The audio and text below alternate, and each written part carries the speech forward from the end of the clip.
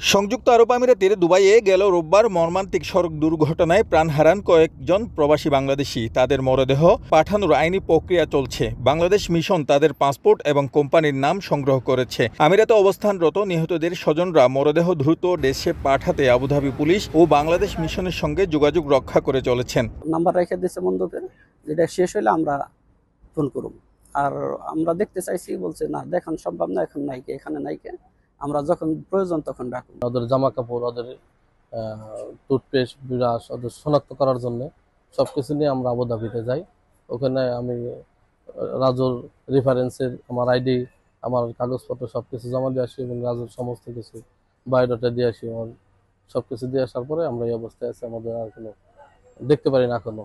এদিকে মর্মান্তিক এই দুর্ঘটনায় স্থানীয় বাংলাদেশ কমিউনিটিতে নেমে এসেছে শোকের ছায়া। গত কয়েক বছরে সড়ক দুর্ঘটনায় একসঙ্গে এত বাংলাদেশের মৃত্যু হয়নি বলে জানিয়েছেন কমিউনিটির নেতারা।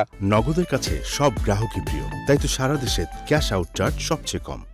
আমরা যদি এভাবে অ্যাক্সিডেন্টের শিকার হই তাহলে কিন্তু আমাদের পারিবারিকভাবে আমরা বিশাল একটা ক্ষতিগ্রস্ত হই। বাংলাদেশ কনসুলেটের কনসাল জেনারেল বিএম জামাল হোসেন বলেন, দুর্ঘটনার পর আগুনে মরদেহগুলো পুড়ে যায়। এতে মরদেহ শনাক্তে কিছুটা সময় লেগেছে। তাদের পাসপোর্ট ইতিমধ্যে আমরা হাতে পেয়েছি এবং তাদের নাম, ঠিকানা, তাদের